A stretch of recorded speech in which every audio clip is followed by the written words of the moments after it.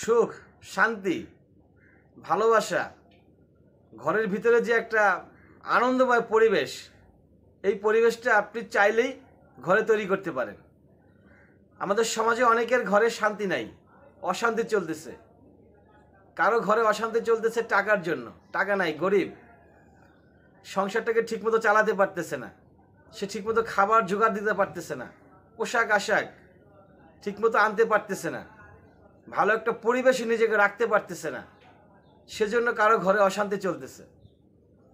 আবার কারো কারো ঘরে দেখা যায় পয়সার অভাব নাই, টাকার অভাব নাই, হিউজ পরিমাণ সম্পত্তির মালিক, খাবার দাবার, পোশাক আশাক, গাড়ি বাড়ি অভাব নাই, কিন্তু সংসারের ভিতরে শান্তি নাই।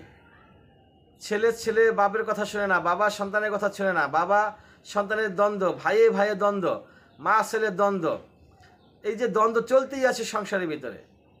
আপনি চাইলেই এই নিমিষের ভিতরেই একটি দোয়ার মাধ্যমে ইয়াকিন করবেন আল্লাহর উপরে, আর ছোট দোয়াটি পড়বেন, ইনশাআল্লাহ তাআলা আল্লাহ পাক আপনার ঘরে শান্তি দিয়ে দিবেন। শান্তি দেওয়ার মালিক একমাত্র আল্লাহ। আল্লাহ ছাড়া পৃথিবীর কারো ক্ষমতা নাই আপনার ঘরে শান্তি দিতে পারে। এই ইয়াকিন আপনার অন্তরে রাখতে হবে, এবং এই ইয়াকিন অন্তরে রেখে আল্লাহ পাকের এই ছোট্ট দোয়াটি পাঠ করতে হবে। দোয়াটি হচ্ছে কি, আল্লাহুম্মা আনতাস সালাম ওয়া মিনকাস সালাম তাবারাকতা ইয়া জাল জালালি ওয়াল ইকরাম।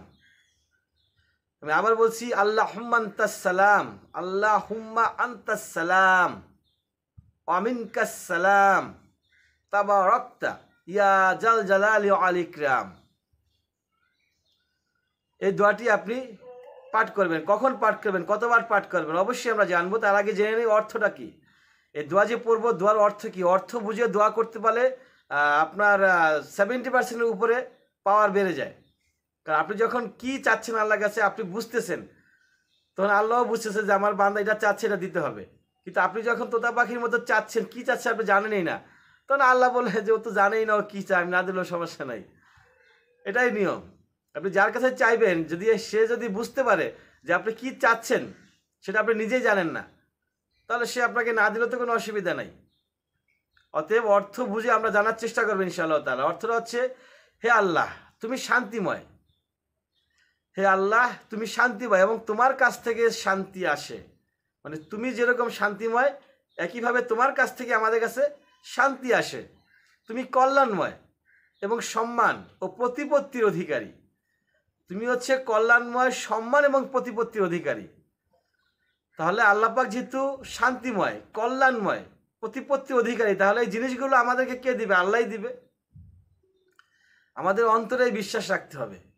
অন্তরে বিশ্বাস রেখে আমরা এই দোয়াটি পাঠ করব। দোয়াটি কখন পাঠ করব? দোয়াটি হচ্ছে সকালবেলা ফজরের পর থেকে পাঠ করা শুরু করতে হবে। অর্থাৎ ফজরের নামাজের পরেই, নামাজ 5 ওয়াক্ত নামাজের পরে পড়াটা হচ্ছে উত্তম। যদি আপনি নামাজের পরে সুযোগ না পান, তাহলে আপনার অবসর সময় যেটা আছে, যেই সময়তে আপনার কোনো কাজ নেই, আপনি চাকরি করেন, আপনি বেকার, অবশ্যই কাজবিহীন কিছু সময়টা আপনার থাকা হয়।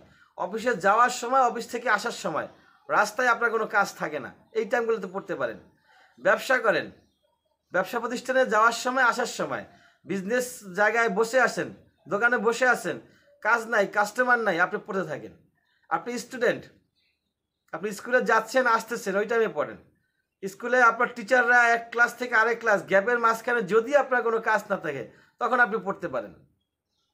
মোট কথা, আপনি যখন অবসর থাকবেন, আপনি যখন ফ্রি থাকবেন, তখনই পড়বেন আল্লাহুম্মা আনতাস সালাম ওয়া মিনকাস সালাম তাবারাকতা ইয়া জাল জালালি ওয়াল ইকরাম। কতবার পড়বেন? কতবার হচ্ছে যতবার আপনার ইচ্ছে। আপনি যত বেশি পড়তে পারবেন, আপনার লাভ তত বেশি হবে। 100 বার, 200 বার, 500 বার, 1000 বার, আপনি যতবার পড়েন, এটা আপনার লাভ হচ্ছে আপনার পড়ার উপরে। আপনি একবার পড়লে যেই পরিমাণ লাভ পাবেন, দুবার পড়লে তার চেয়ে ডাবল লাভ পাবেন, 3 বার পড়লে 3 গুণ লাভ পাবেন, 4 বার পড়লে 4 গুণ লাভ পাবেন। তো এই জন্য আপনি যতবার সুযোগ পাবেন, যতবার ইচ্ছে আপনার মনে হয়, আপনি ততবারই পড়ুন। যত বেশি পড়বেন ততই মঙ্গল। ওয়া আখির দাওয়ানা আলহামদুলিল্লাহি রাব্বিল আলামিন।